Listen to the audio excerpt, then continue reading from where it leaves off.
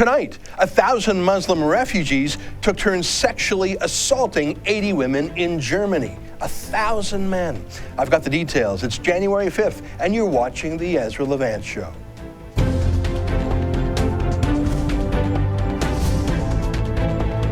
Why should others go to jail when you're the biggest carbon consumer I know? There's 8,500 customers here, and you won't give them an answer. You come here once a year with a sign, and you feel morally superior. The only thing I have to say to the government for why I publish it is because it's my bloody right to do so.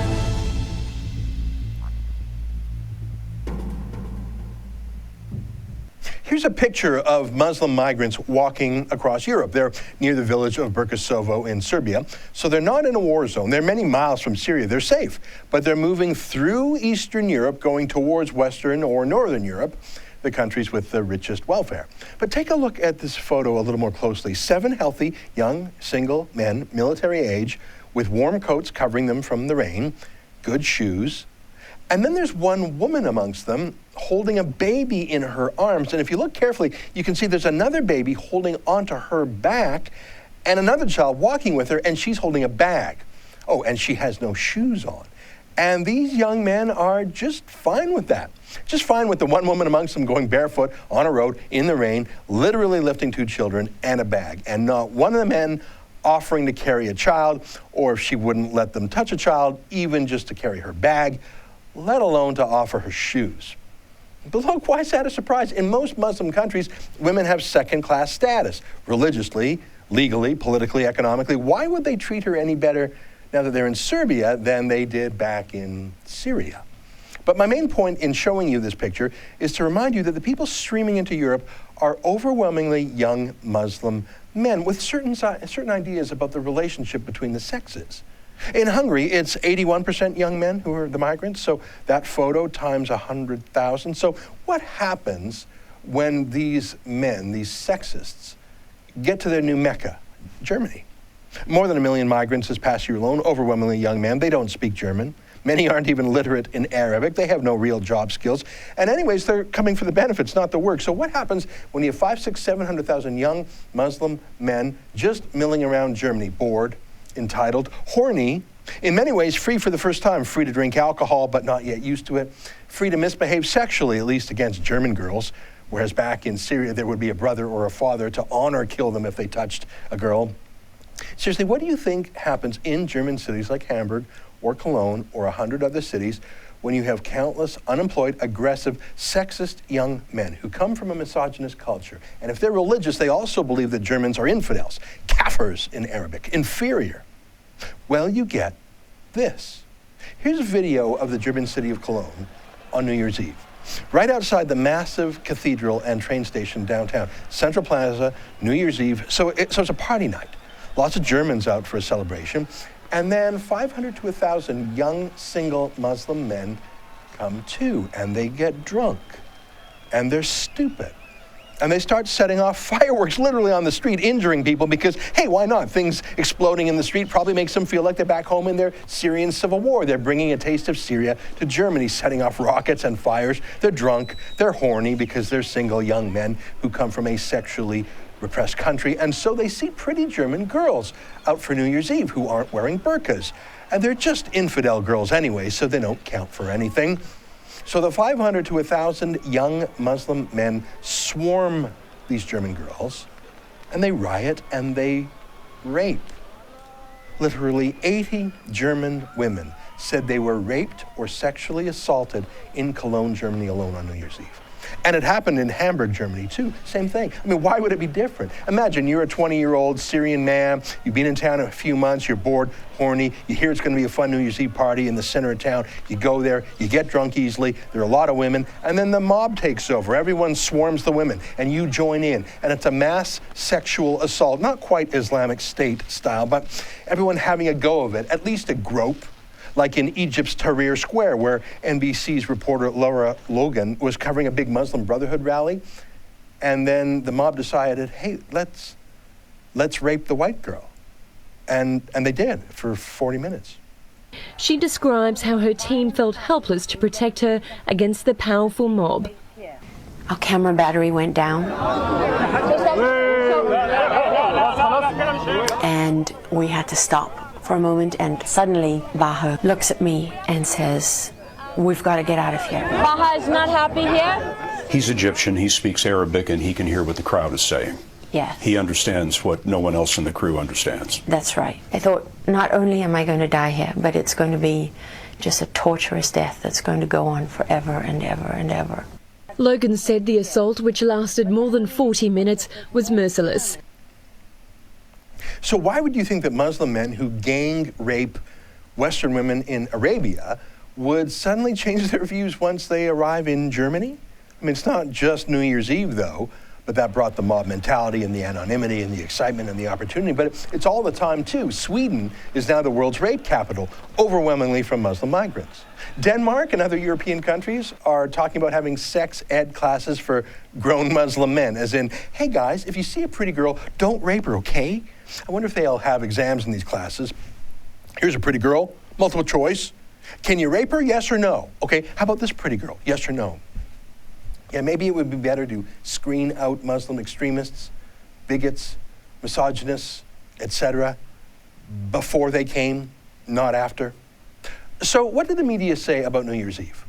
Well, they had to get a bit creative, don't you think? I mean, for months, the liberal media has been cheering mass Muslim immigration, open borders, first come, first served. I mean, it was how they signaled how virtuous they were. It was a bidding war, really. Will you take 100,000 Muslims? Do I hear 200,000? Who will take 1 million? So now when the obvious happens, they're a bit sheepish. I mean, here's the prestigious Telegraph newspaper of London. How do you write an entire article about a mass rape by 500 to 1,000 Muslim migrants without using the word Muslim? How do you do that? Here's the BBC, same thing. The BBC said, and I'm quoting, about 1,000 drunken, aggressive young men were involved, unquote. Yes, that's true, but is young really the most relevant characteristic of these people? Is that really it, that they were young? Nothing else is really important. Well, listen to the Justice Minister of Germany, who felt like he finally had to make a statement on this mass assault. Seriously, something that hasn't been seen in Germany since the Second World War. Listen to what he had to say. Das, was in Köln am Hauptbahnhof und an anderen Plätzen in Deutschland geschehen ist, ist nicht hinnehmbar. Es darf sich nicht wiederholen. Und die Täter müssen bestraft werden. Dabei wird zu klären sein, ob das, was sich dort ereignet hat, eine neue Form organisierter Kriminalität ist, gegen die staatliche Stellen auch Mittel ergreifen muss. Das jetzt zum Thema zu machen, über Pauschalisierungen und zu verbinden mit dem Flüchtlingsthema, ist nichts anderes als eine Instrumentalisierung. Jetzt geht es darum, die Fakten aufzuklären und daraus auch die notwendigen Schlüsse zu ziehen. Did you see that? 500 to 1,000 Muslim refugees riot and rape, but it's oversimplifying to connect it to refugees. That's misusing the conversation. Say what? They were the ones who did it? How is that oversimplifying? Did you hear his preferred explanation, though? He said, this just might be a new form of organized crime. Say what? So let me get this straight. 500 to 1,000 Muslim men rape or assault 80 German women in a drunken riot. 80 complainants, eyewitnesses, videotape. But Inspector Clouseau there says, no. This looks like the work of organized crime.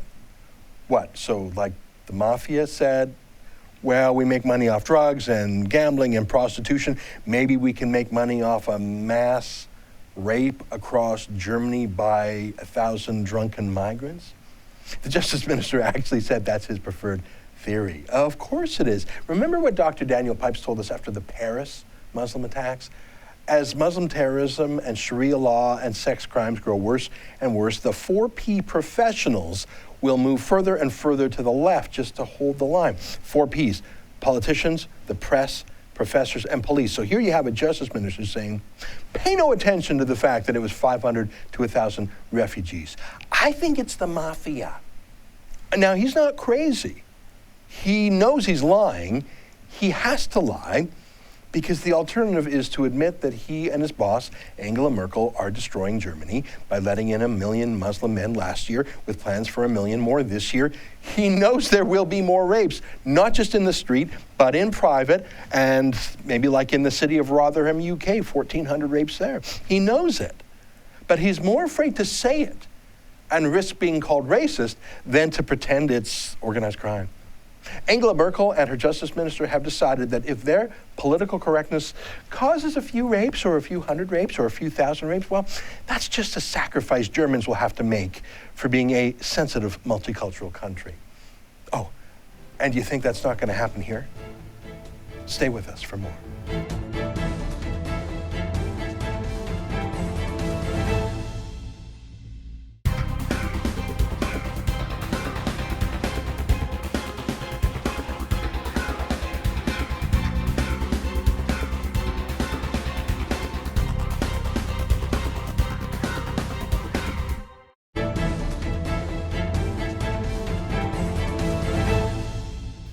Welcome back to the program. I have a question for you. Are these international conferences, like the Paris Climate Change Conference, do they erode democracy? And if so, should this concern liberals as well as conservatives? Well, joining me now via Skype from California is Professor Joel Kotkin. He is the Presidential Fellow at Chapman University in California, and he's the Executive Director of the Center for Opportunity Urbanism. Welcome back to the program, Professor Kotkin.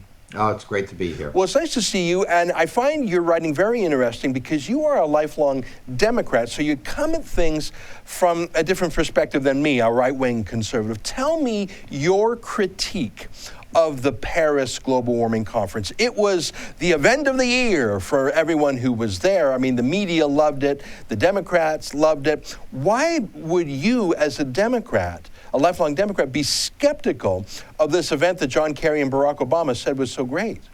Well, first of all, just from a more traditional, if you want to say, social democratic point of view, and I think that would be, true whatever country you're in. This is a deal that is, not the way it's going to be structured. Is it looks like the working and middle classes of countries like Canada, like the United States, like the UK, like the EU, are going to be made to pay for policies that are basically going to damage large parts of the economy. I mean, what I find most frightening is the idea that one thing is that you think that you can change things in some dramatic form in terms of nature in a short period of time. There's a little bit of hubris there. But also, I think that we don't even look at, okay, if we want to reduce greenhouse gases, are there ways that we can do it that don't destroy the economy? And I think what our leaders are saying, essentially, and this is true of Canada, US, Europe, I now include Canada since you've had a regime change there, that one of the things that you're going to see is, basically the idea that the Western countries and basically the middle and working class parts of the Western countries are going to have to sacrifice, while India and China have no intention of doing this on a mass basis. And I think that what leaders should be looking at is, if we're going to reduce greenhouse gases, are there ways that we can do it that don't force people to live in crates, that don't raise the price of electricity and heating oil, which would be, I assume, a concern in Canada particularly. And I think that there are ways to do it. There's a group that I would identify with called eco-modernists who say, look, we can get the big reductions from going from coal to natural gas and nuclear power and conservation. We don't have to destroy the middle-class lifestyle of the Western world. But Professor, I appreciate those comments, and that's similar to other conversations we have on this show about the merits of global warming and carbon reduction and things like that. But what I really want to talk to you about, if I may, is your critique on the decision-making processes. I mean, your recent piece about the new autocracy, the new autocrats. I've read in the past how you've talked about the elites in the Democratic Party, Silicon Valley, the Facebooks and the Twitters and the Googles and those sort of masters of the universe, the billionaire plutocrats, and that the Democrats of today, the left-wing parties of today, aren't the party of the guys in hard hats anymore. They're not the coal miners' party. They're not the private sector union. They're certainly the party of the public sector unions, but they don't much like guys who work with their hands outdoors. Can you give me the critique of things like the UN Climate Change Conference not from a weather point of view or an economics point of view, but from a cultural point of view, a decision-making locus point of view?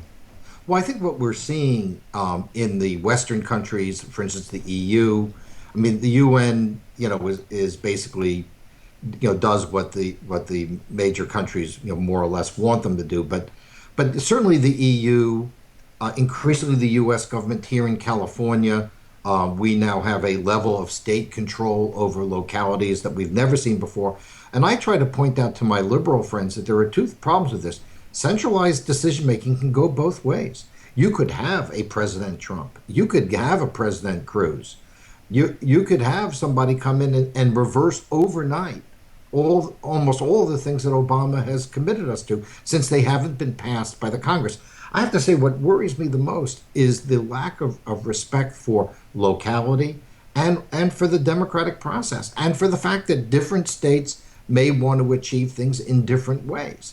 Something that's interesting to me, that the liberal culture has become so enamored with localism, which I'm fine with. Eat local produce, have local recipes, local cultural events.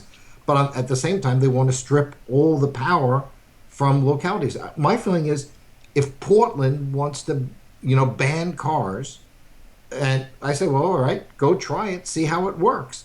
But they shouldn't try to impose that on Houston. And I think that we benefit as countries, whether it's in Australia, Canada, UK, or the US, we benefit by having a diversity of approaches to issues in different places, so we can see what works, what doesn't work, what works in one kind of area, what doesn't work in a different kind of area. And we've been stripping that away. And I think that the danger, I think, where we're headed is towards a managed economy, a society where we essentially impanel, in quotes, experts to tell us what we should do. I'm worried about that on the free speech point of view. Recently, I've studied Google, Facebook, and Twitter, all of which are bringing in a form of political moderation to their Facebook status updates and Twitter feeds. And if you say things that are impolitic, your account can be suspended or blocked. So it's not just that we have a crony capitalism, it's that other liberties, like freedom of speech, are being managed by a cadre of, I don't know if crony capitalist is the right term, but this elite group of philosopher king tycoons. What do you think of that? Well, I think that, as I did for the recent article in the British magazine Spiked, this is precisely what's happening, which is that you have a small group of people who, by the way, don't have the usual historic concerns of high-tech people. Traditionally, high-tech people wanted good roads and they wanted cheap power, and they were concerned about manufacturing. These guys, they're just living in cyberspace, so they don't really need the sort of physical infrastructure that most of the economy requires. And they all overwhelmingly live in two places, Seattle and the Bay Area. So they all talk to each other. They all live in the same soup. Particularly in the case of the Bay Area, it's the most expensive place now to live in the United States. And they personally feel that they should set the priorities. And what we may be getting towards is a situation where we have government by expert. Now the question is, and the old Latin saying, who watches the watchers? Don't we think that a climate scientist who gets government grants, who knows that the government wants to find a particular thing, does that person have completely impartial point of view? Does a environmental group that gets huge amounts of money from people who speculate in the sort of solar space, are they totally clean as snow? I don't think so. So I think that we have to understand that there is a power play that's going on here, and there's also an idea that as tech is an industry which doesn't really rely on large numbers of middle and lower skills, it's a very elite industry almost by its nature. Mm-hmm. If you're a Google, where do you get your employees? You get the best of the best from the U.S. schools, and then you bring in techno coolies from India and elsewhere to do, when you want to have cheaper labor. Well, let me ask you about that, because I know that you're critical of Donald Trump, but he struck a vein by talking about something that Republicans and Democrats have not wanted to talk about for years, that is open immigration. And the Syrian threat of terrorism has just added to that. Mickey Kaus, another one of my favorite conservative Democrats from California, he argues that open immigration may suit the Facebooks and the Googles for whatever labor market reasons they have in mind.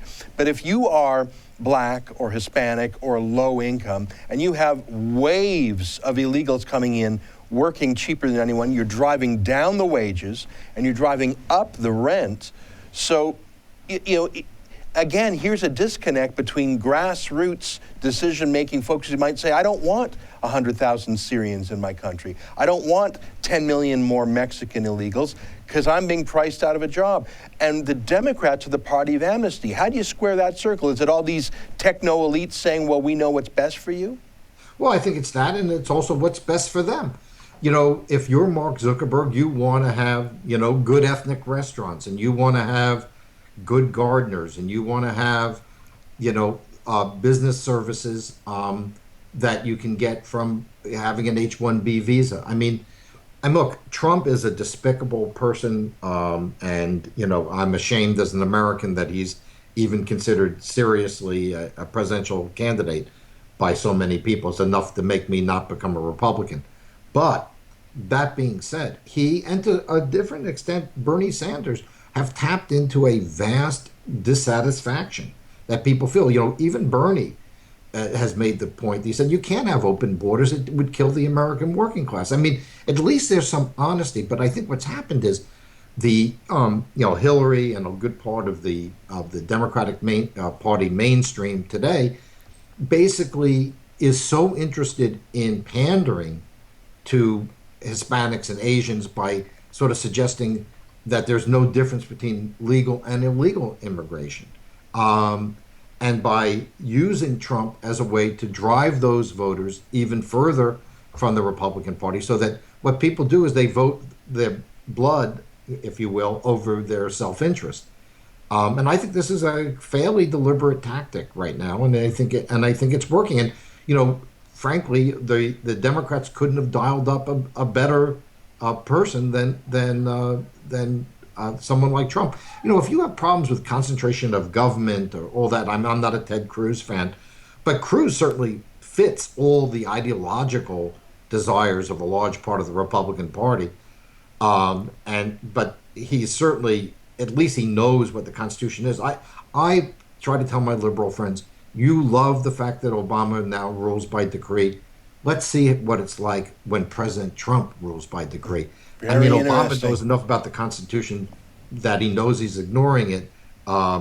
I doubt Trump even understands the Constitution. I don't think he even cares about it. Well, I don't want to debate with you on Trump. I'm more of a fan than you are, but I can understand your criticisms. Professor Calkin, it's a pleasure to talk with you. You're a very interesting fella. You're one of my favorite Democrats, like Mickey Kaus, who has a heart full of a social conscience, but also uses his head. It's great to talk with you again. Thanks for your time today. Well, thank you. All the best. Stay with us, folks. More after these words.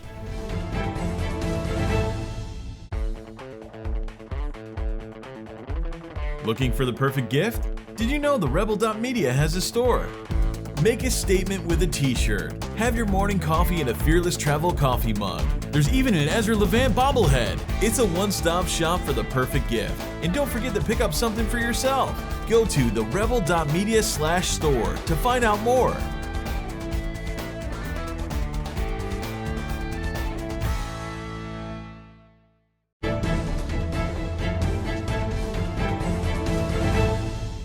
Welcome back to the program. One of my favorite things to do, and one of my plans for 2016, is to talk to like-minded people, nonpartisan conservative NGOs. What I mean by that is the little battalions, the little platoons of conservatives who want to fight back to help tilt our country back, not in the party sphere, not in the Conservative Party of Canada or the Ontario PC Party, but nonpartisan groups like the left has by the dozen.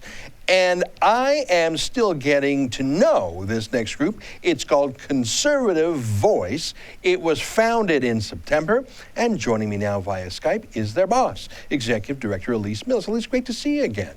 So good to see you, Ezra. Happy New Year. Well, thanks, and you too. And you've got a solid track record as a spokesman, a pundit for conservative views on TV. Now you're doing the executive director job with Conservative Voice. Why don't you give our viewers a minute or so on background, who you are, what you're fighting for, where we can learn more about you, what you hope to do this year? Well, thank you so much. Conservative Voice is a relatively new conservative organization on the scene, and our main focus has been since September to work with the grassroots, be part of moving the movement forward. So right now, one of the things that we felt was essentially a wrong turn by the party was that the party was driving the movement. The movement should always be driving the party. There should always be external voices that have a lot of space to speak from, that can connect with grassroots, that the grassroots can utilize to be able to have their voices heard. That over the last, I'd say, 2 to 3 years was something that started to dissipate in the conservative movement as the party became, quite frankly, the orb of conservatism. And we feel that some of the success that the left has had, especially with the Liberals, has been that they've always had, as you pointed out, many organizations that are all seen as important stakeholders. And I think that the conservative movement needs to be able to be very similar to what our American and British cousins do, which is that they have those organizations that meet with party leaders, that represent the grassroots, that tell the party what the grassroots is thinking. Because quite frankly, the grassroots is sort of being dragged around by their nostrils, and especially in the last year. And I think that there's a lot of fatigue. There's a lot of, I think there's such passion for conservatism by our members and our supporters, but they really don't feel heard. And, when I look at organizations like the Rebel or Conservative Voice, I know that we have a big role to play, and I know our grassroots appreciate us being here. Right on. Well, I wish you good luck in 2016, and I look forward to seeing what work you do, because, boy, there's a lot of work to do. I mean, let me just note before I ask you a newsy question that, as you know, in the last election, there were 114 so-called third-party campaign groups registered with Elections Canada. That's sort of the Canadian version of the U.S. super PACs. Of those 114, I could only find one that looked conservative. I mean, there may have been one or two others. So it's 113 to 1, lopsided, left wing to right wing. So we need all the allies we can get. Elise, let me ask you a question about the news, because I see there's news out there that a group of feminist activists want Justin Trudeau to have a gender parity policy when it comes to appointing senators. That is a 50% quota for women. What's your view on this? I personally, I think it has to be about your expertise, whether you're qualified through skill set and education, and what your background has been within the community versus gender. Of course, I consider myself a feminist. I'm going to take that label back, Ezra, and I think you and I might have spoken about this before. I'm going to take that label back and not be afraid to use it, because I'm a conservative that believes in liberty and freedom for rights for all, but I don't want my gender to be the number one thing that my would-be employer or an appointment board looks at. I appreciate the sentiment, but I think when we get down into these types of discussions, there's only one way to go, and it's down a very dark rabbit hole. And where does it end? I think it's actually offensive, Ezra, that there's this concept that women need to be considered in the sort of special section. We don't. And the Conservative Party, you look at the front benches of our party, and the conservative movement as a whole, women are more than 50% of the voices and the faces that you see in the movement. Conservative women don't have any trouble winning on their own, and I'd like to believe that to be about liberal women and women from the NDP in all walks of life. But I find the whole thing to be offensive, and it's sort of nannying women, and that's not what we need. Well, and it says that your key identity is not that of a citizen, but rather of a particular ethnic or racial or sexual group. I mean, I think of Margaret Thatcher, who obviously a hero to many conservatives. I don't say, well, she's not really for me because she's a woman. I say, no, she's a great leader. And I can imagine women would say, oh, well, Ronald Reagan was an outstanding conservative, not despite the fact he was a man. The fact he was a man was irrelevant. And as you point out, where does it stop? Okay, so how many, do we have a racial breakdown? Do we have a religious breakdown? Do we have a gender breakdown? Do we have an age breakdown? This isn't like a census or Noah's Ark where you need two of any animal. You want the best senator, the best member of parliament. I don't care if they were all women or all men, if they were the best. Last word to you, Elise.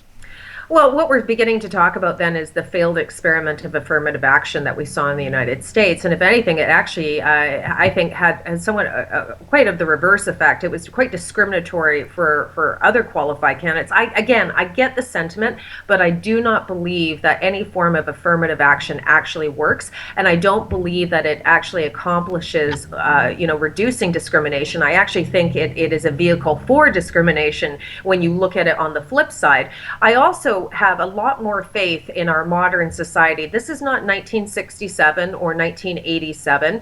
I happen to live in a gender blind world. I agree with you. When I look at great leaders, I don't identify with them with their gender. I identify what they're able to bring to the table, and I make my choice at that point.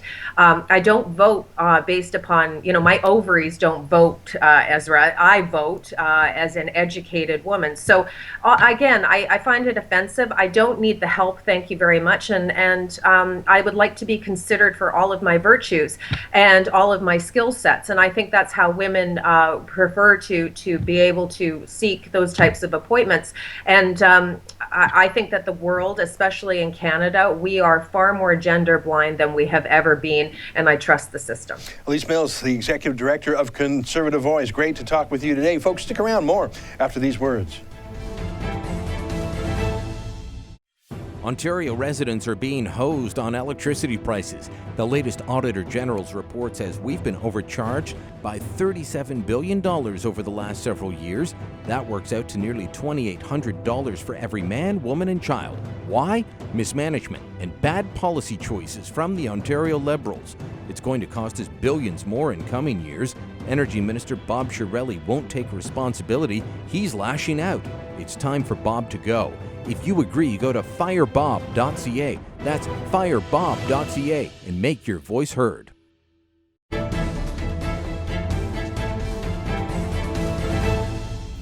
Welcome back. Here's my favorite part of the show, your feedback. Sean responds to my monologue from last night, how ungrateful of the far right for the present government that was lovingly voted into office this past October.